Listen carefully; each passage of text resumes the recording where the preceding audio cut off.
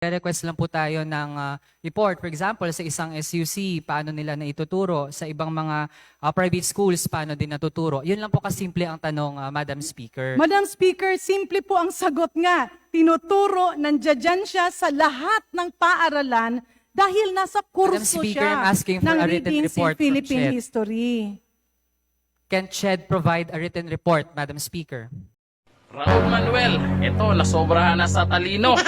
Ayaw sa diktador, pero naging diktador na kung paano ituro ang martial law. Naghahanap pa ng written report. Ako, napakahirap gawin yun. Araw-araw magkaroon ng written report. Bawat eskwelahan kung anong oras or paano itinuro yung martial law. Ito, panoorin po natin ang sagutan po nila dito po sa ating napakagaling, napakatalino at cum laude kuno na si Raul Manuel.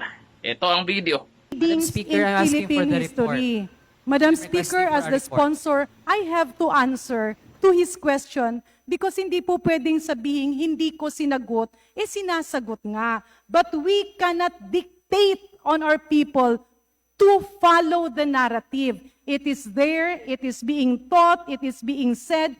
If they are interested or not, then the challenge remains there. Hindi po tayo pwedeng maging diktador na pipilitin natin silang magbigay ng laan ng tiyempo sa topic ng Philippine history in relation to martial law if they so refuse. So maybe our honorable colleague, Madam Speaker, can propose ways on how to entice our people, especially the younger Madam Speaker, my generation question of is not this. being answered. Nagre-request lang po tayo ng report. For example, sa isang SUC, paano nila na ituturo? Sa ibang mga private schools, paano din natuturo? Yun lang po kasimple ang tanong, Madam Speaker. Madam Speaker, simple po ang sagot nga. Tinuturo, nandiyan siya sa lahat ng paaralan dahil nasa kurso Speaker, siya I'm asking for ng a written readings in report from Philippine CHED. history.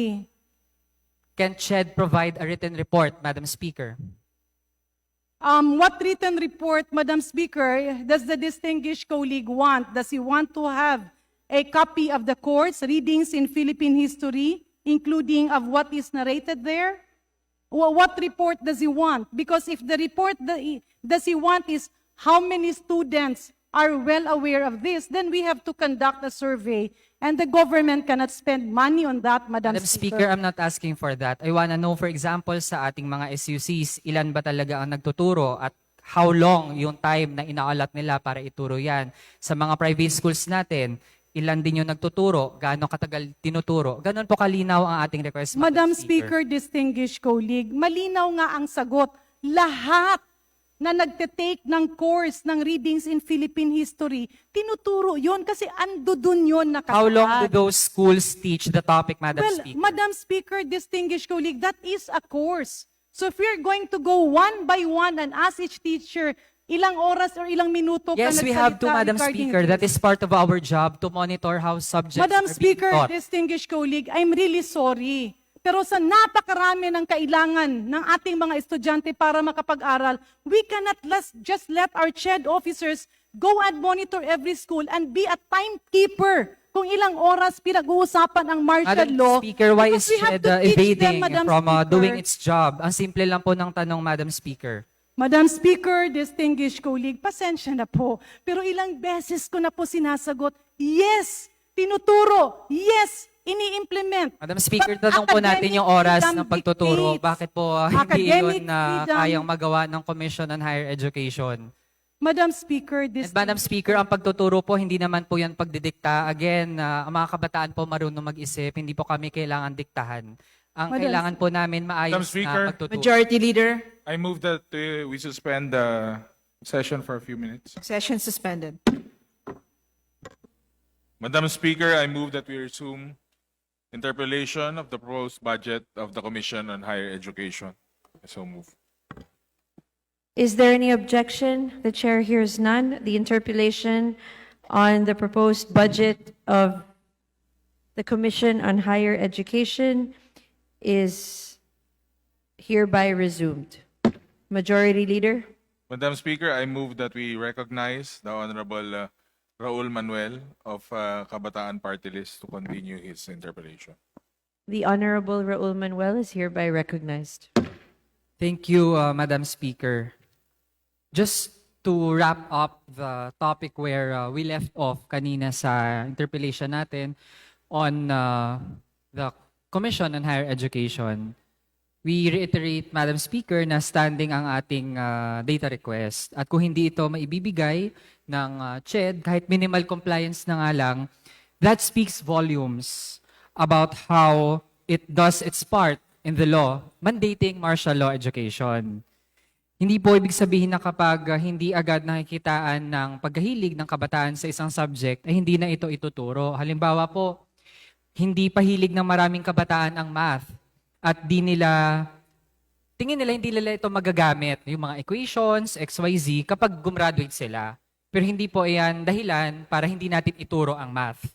Ituro po natin ng maayos ang mga subject dahil kailangan natin ito.